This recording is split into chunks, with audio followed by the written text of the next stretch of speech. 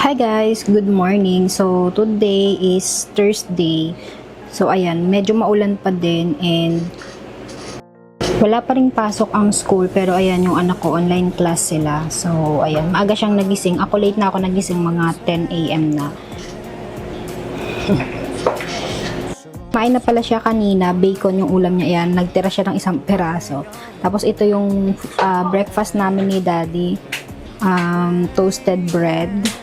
So ayan, magtitimpla lang ako ng coffee.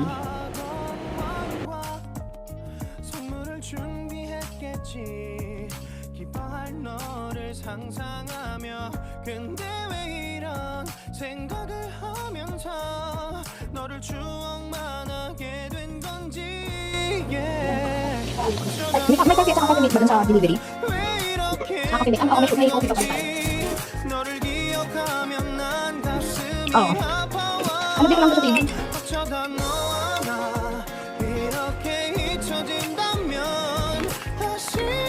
Wala tayong sugar.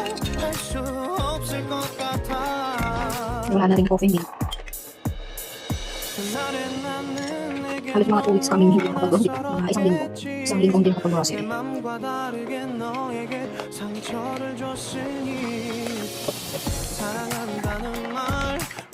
Mag-breakfast lang ako bago ako ng trabaho. Kaya ko lang na yung mga nandarating na yung grocery kasi ang dali na. So ayun na yung delivery namin ng grocery. Kaya buti na lang dumating siya bago pa ulang malakas. Nagyanta ko muna. Ito, thank you.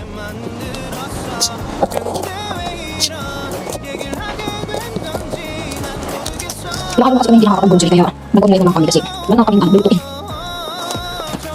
So ayan, ito. Ay, hindi ko hindi ko yung binibili natin. Ano to? Ayan.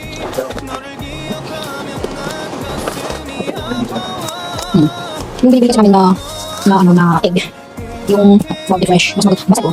May nga lutuin. Masag. Isa pa lang. Pinipit sa lang naman. So ayan, wala na masag. So actually, mga ginose namin, talagang mga kailangan lang. Parang sa pinay ko ng grocery kasi yung lang kailangan din lang yung bibili. Yung bibili wala ka makita. Ano ko? Siguro nilagay din nila sa loob ng freezer yung karton. Masaya. Oo nga, frozen. Ay, binili ka ng squid ball? Oo, tapos butter. Ito, ano ko 500? Yung beef breakfast. Okay. 500. Mahal ka nabili na yun. Ito pa 500 na. Tapos, ang sabi nila, 64 pesos lang per game. Beef pa lang. Ito yung pork chop. Hindi lang kasi yung pork chop eh. Laki. Tapos ito. Ito sa buong chicken. Ano naman? Yung isang buong chicken. Ay, hindi nila chinap. Wala, buti na chicken, may chicken breast. Okay.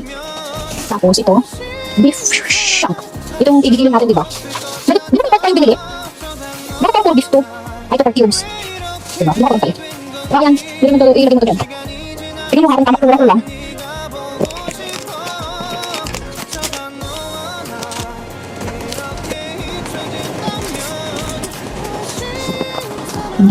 Okay. Ito ay Sunrox. Tsaka shampoo. Okay. Ilan mo na ito mo? For beef. Dalawa. Okay, di na sila libangan pa. Coffee mate. Tapos, pancit canton. Pag nagtituloy ka ng pancit canton. Meron lang yung pancit canton para hindi kami lagi nakakain. Kasi si James, pag nakita niya yan, gusto niya laging meron. Ay, gusto niya laging kainin. Kaya dalawang corned beef. Tapos, sotanghon. Sugar. Tapos, toyo. Ano lang tayong gulay? Doon lang pala ako sa, halika bibili ng gulay. Chicken cubes. Tapos, binili ko lang ng bigas. Hindi ito yung bigas namin. Yung binibili na, brown rice lang muna yung binibili namin dahil wala doon yung binibili namin na rice. Yung mixed rice. Parang mix siya ng brown, red, and black rice. Yun yung binibili namin. Pero dahil online, ito lang muna. Kasi wala kang bigas. Meron kilo lang yung binili. Tapos, mailo para kay James. Tapos, milk ni James. Ganyan ko. Tapos, different hot sauce, ketchup. Iba pang sopas. Corned beef. Iba. Yung iba na, iba kami. Buti apat. Iba. Iba. Apat yung iba mo. Tignan mo nga dyan. Baka doon nakakadalawang beses may check out. Or baka nakamali sila. Tingnan natin. Tingnan ko sa resibo. Eh, sorry. So, yun yung mga pinamili namin. Grocery. Tara. Ayan. Mabilin. So, ito na yung pinamili namin mga karne guys. So, unahin ko lang tong beef. Ibababad ko to sa sa toyo at saka kalamansi. Para siyang beef steak. Pero hindi ko siya lalahatin. Matitira ko para sa gagawin kong giniling para panglahok sa spaghetti. Kasi lagi kami nauubusan ng giniling. Madalas kasi nalalahat ko ng pagbabad yung karne. So yan, basin ko lang muna lahat. Yung beef yung binibili namin kasi parang medyo malambot at saka madali lang siyang maluto. Pero okay lang naman kasi meron naman kaming pressure cooker. Nugasan ko na pala yung mga karne para ilalagay ko sa freezer. Tapos pag magluluto ako, lutuin ko na lang talaga siya. Hindi ko na siya kailangang hugasan. Ibabad or lagyan ng seasonings or panlasa kasi ibababad ko na siya at lalagyan ko na siya ng panlasa para pasok yung lasa sa loob pag niluto na natin. Gusto yan ni James yung beef steak. Meron pa pala akong isang beef na binili pero hindi ko alam kung yan lang yung gagawin kong giniling or dito ako lutuin. Matagal-tagal din namin ito food. Siguro mga isang linggo. Itong kami nabili namin. Mga 1 week namin siya. Ganun lang yung ginagawa ko lately kasi nga nung mga nakaraan puro kami pag-deliver, pag hindi ako nakakapagluto or pag tinatamad ako magluto. Pero ngayon kailangan natin kumain ng healthy kasi hindi na nga tayo madalas na naarawan tapos yung pagkain pa natin puro pa mga pag-deliver or hindi fresh. Kaya ayan, once a week ako na gaganito, nagpe-prepare ng meal. Lately nga hindi ko na yan siya masyadong nabablog kasi sobrang busy. Kaya ngayon, ayan. Tsaka tapos na namin mag-usap ng client ko, nag-work kami, sabi nga yung productive nga doon namin today. Nag-usap lang kami siguro mga 40 minutes. Tapos gagawin ko na yung regular work ko. Pero kanina, pinagawa ko na kay Daddy yung ibang gagawin ko, ibang work ko. Para habang nagagawa ako dito, meron siya akong ginagawa. Siya naman yung mag-work, ako yung nag-prepare ng food namin. Ganun talaga guys, pag work from home kayo, kailangan talaga tulong kayo. Kaya si Daddy tinuruan ko na din siya ng work ko kasi para natutulungan niya ako sa trabaho ko. Hindi lang puro siya yung gumagawa ng gawa. Kasi meron mga food na hindi alam lutuin. Saka yung mga ganitong pag-prepare ako talaga yung gumagawa niya kasi hindi naman pwede iasa natin sa kanya lahat. Kaya pasalamat na lang din ako na masipag din si Daddy magluto. Pero yung mga lutong, yung paggawa ng siomay, ganun ako yung gumagawa kasi hindi na yung alam. Ito mga karne na to, half kilo lang to. Ito yung gagawin kong siomay. Medyo namis namin ng siomay ngayon kasi siguro mga 2 weeks na rin kami hindi nakakapagawa ng siomay. Hiwain ko lang ito ng maliliit tapos ako na yung mag-grind. Kaya maganda talaga pag meron tayong food processor kasi mas fresh yung giniling na gagamitin mo. Ako ganyan lang yung ginagawa ko. Kaya wala nung nakabili ako ng food processor. Mura nga lang yung guys yung nabibili lang sa Shopee na parang 300 nga lang, 350 nga lang bili ko. So, ayan. Tapos itong isa naman, pang ni James. Isang linggo nga sila ngayon na online class, walang pasok. Monday, Tuesday, walang pasok. Kasi nga dahil sa bagyo. Tapos, Wednesday, sila, online class. Ngayon naman, Thursday, wala pa rin pasok dahil nga sa bagyo, pero nag-online class sila. So, ayun, nasa online class siya ngayon. Grabe sana matulog na yung ulan. Kaya din kami nagpa-deliver na lang kasi wala na kaming food. Tapos hindi rin naman kami makalabas dahil pa na yung ilan. Kaya nagpa-deliver na lang kami. Tapos nakakaloka, madugli yung order ko na iba. Pero sabi naman ng customer service, may alam namin sa susunod na order. Hindi naman kami madalas na go-online. Kami lang talaga pag yung tinatamad kami lumabas, ganun. So next week, ayan, wala kami pilitan pang mag-online. Ngayon, kaya lang kami nag-online kasi nga maulan. Tapos hindi pa kami nakaka-grocery, ilang araw na. Sa isang linggo na. Nung pinapunta ako sa palengke ng isang araw, so kahit pa paano, meron kaming isda. Isda lang yung nabili ko sa palengke dahil sarado na. Hapon na kasi yun. Sarado na yung mga tindahan doon. Ano pala ito yung may buto yung pang nilaga. Or pang bulalo. So ayan, dito na lang pala kukuha ng pang binili. Ibubulalo ko na lang sa mga susunod na araw. Ang ganoon lang talaga guys, kailangan natin maging mag-diskarte para kahit paano makakatipid tayo sa food. Kasi sobrang mahal na talaga ng bilihin ngayon guys, grabe. Minsan kahit paano medyo malaki yung kita mo, kumikita ka ng dollar pero yung gastos, parang ganun din. Pero thankful naman ako kasi kahit paano, medyo mas mataas yung sinasahod ko kaysa doon sa regular na minimum wage dito sa atin. Kaya kahit paano nakaka-cope tayo sa mahal ng bilihin.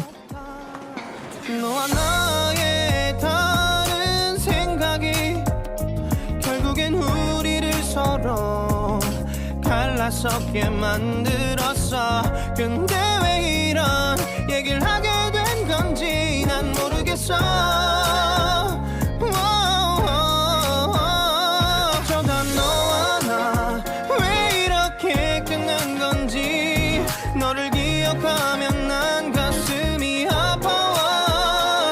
어쩌다 너와 나 이렇게 잊혀진다면 다시 사랑할 수 없을 것 같아. 말은 해줘야 하는데 내 마음 변하지 않았다고. 모든 게 오해야. 내 얘길 들어주길 바래.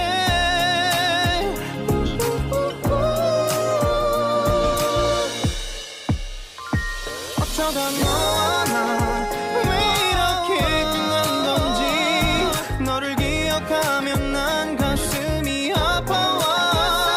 어쩌다 너와 나 이렇게 잊혀진다면 다시 사랑할 수 없을 것 같아. 어쩌다 너와 나 왜 이렇게 된 건지 시간이 지날수록 네가 보고 싶어. 어쩌다 너와 나 이렇게 잊혀 이뤄진다면 다시 사랑할 수 없을 것 같아.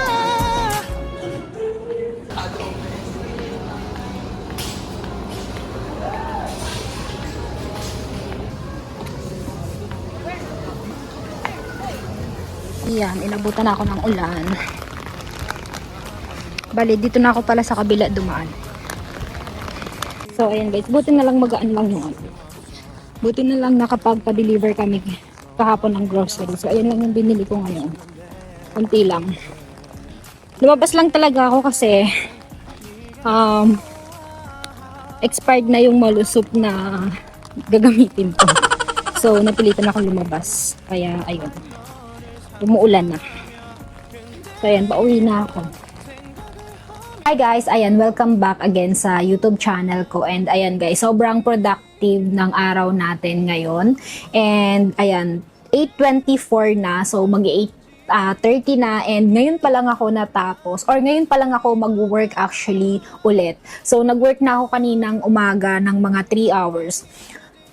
Sobrang productive ng araw ko kasi simula nung after namin magtrabaho ng client ko mga 12:30, pinrepare ko na yung meal plan namin for this week kasi nga halos isang linggo kaming hindi nakapag-grocery. So kahapon nagpa-deliver na kami ng grocery and kanina lang umaga na deliver. Kaya kanina ginawa ko na kaysa ilagay ko lang, itambak ko lang sa freezer yung ano namin, yung mga pinamili naming karne. Ang ginawa ko, pinrepare ko na siya para nilagyan ko na din kung ano yung gagawin kong luto sa mga susunod na araw. Kasi para pag magluluto ako, hindi ako tatamarin kasi pag ganun kasi, pag hindi pa naka-prepare, medyo tinatamad na ako magluto. And iisipin ko pa kung ano yung gagawin kong luto. Kaya kanina nung pagdating, inisip ko na kung ano yung mga gagawin ko dun sa karne, binabad ko na siya, tapos ayun, tapos nilagay ko na lang sa ref para pag lulutuin namin sa mga susunod na araw is ilalabas ko na lang sa ref, defrost, tapos luto. So ganun. So, kailangan nating kailangan talaga nating mag-isip ng paraan as a full-time working mom or work from home. Thankful lang din ako na work from home ako kasi kahit papano, ang kailangan lang talaga natin is i-ano yung oras, i-manage yung oras. Sobrang hirap i-manage yung oras, pero wala, ganun talaga, kailangan natin gumawa ng paraan kasi tayo din yung mahihirapan. So ayun na nga, kanina usually kasi yung meal plan namin, ginagawa ko siya pag day off ko, either Sunday after namin magsimba, mag-grocery kami, o kaya Monday para nasa school naman yung anak ko. Pero dahil nga isang linggo na kami hindi nakakapag-grocery, ang ginawa namin, nag-online grocery na lang kami kahapon. And ayun, maraming kulang yung online. Kaya kanina, yung lulutuin ko for today is yun pa yung pinaka-importante na wala ka. So ayun guys, kailangan kong na-stop yung pagre-record ko, nag-memory full yung camera. So kailangan kong mag-delete ng ibang video. So ayan, balik tayo dun sa sa sinasabi ko, nasaan na nga ba ako. So ayun na nga guys, dahil nga maraming kulang doon sa pinamili namin kanina or kahapon sa online. Kinailangan kong pumunta sa SM kasi nga yung molo wrapper or yung dumpling wrapper na meron kami is may amag na. So, pero hindi pa yun naka-open guys. Parang mga 1 month na yata namin yun nabili. So, ayun, bumili din kahapon kasi nga alam ko nga meron. Kaya alam mo kanina nung alam mo yun, yung time na magbabalot na sana ako ng dumpling. Wala, pagtingin ko, sira na. So, ayun, kaya nagmadali ako. Nagbihis lang ako. Actually, hindi na ako naligo. So, nagbihis lang ako tapos pumunta na ako sa SM. And kinailangan ko din talagang pumunta kasi sumakit yung tiyan ng asawa ko. So, kailangan kong bumili ng gamot. Kaya, ayun, grabe, sobrang sakit ang paa ko. ang dami kong ginawa for today. And pero sobrang thankful naman ako kasi kahit papaano nagagawa ko yan yung mga errands, yung mga minsan may mga bagay na kailangan tayong gawin na alam mo yun, kung nasa office tayo or kung meron akong time tracker, hindi ko siya basta-basta magagawa. Kaya thankful lang din ako na flexible time yung working hours ko. So, ayun, ngayon, 8:30 na. Ngayon lang ako ulit magtatrabaho. Buti na lang kanina din, habang gumagawa ako ng meal plan, si Daddy nagwo-work doon, siya yung nagwo-work or siya yung gumagawa ng task ko. So, siguro mga naka 2 hours din siya. Tapos ako, nag-usap kami ng client ko kanina mga 40 minutes and natapos namin or pinag-usapan namin yung mga plans for this week or for next week. Tapos yung alam mo yung mga regular na task namin na kailangan namin baguhin every week. So, ayun, natapos namin yun. And sabi nga niya, ang productive nga daw namin today. So, sa 40 minutes na yon nagawa namin yung mga, yung work na yon. Kaya, ngayon, ang gagawin ko na lang is yung regular task ko. So, kanina nakapag-work na si Daddy nga ng 2 hours. Tapos ako naman, siguro ngayon mag-work ako ng another 4 hours or hanggang matapos ko yung task ko na natira. Kaya, ayun. So, dito ko na muna tatapusin yung video ko na to, guys. And grabe, sobrang, sabi nga ng client ko, ang productive namin. And grabe, ang productive ko din today. Kasi, akalain mo yun,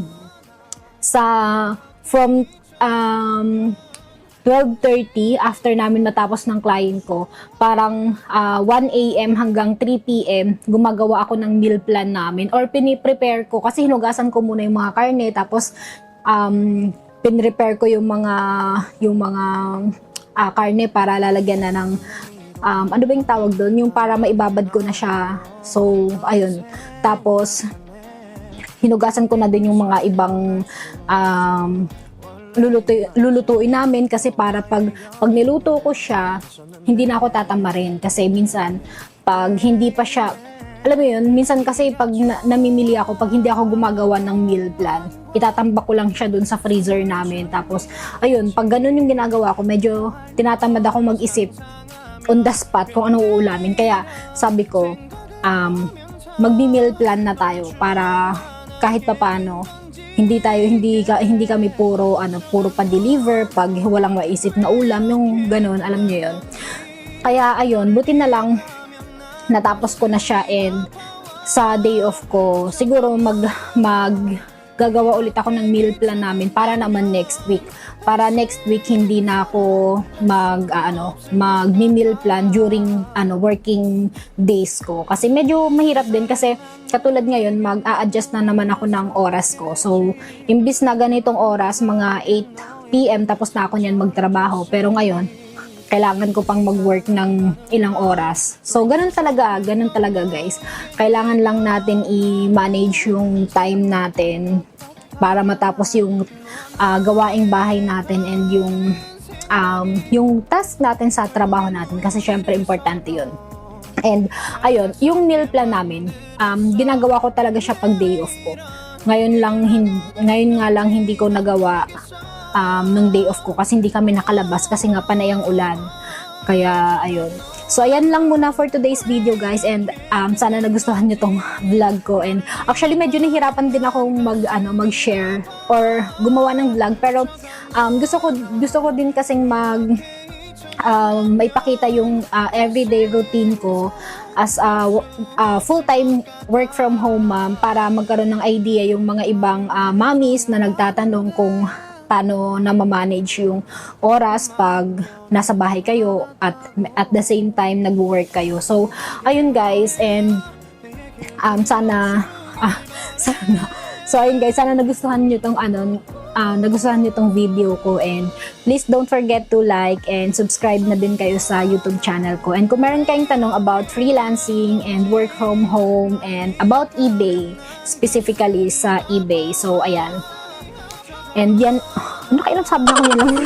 So, dito ko natatapusin yung video ko, guys, and mag-work muna ako, mag-focus muna ako mag-work, and Yun lang guys, and see you in my next vlog.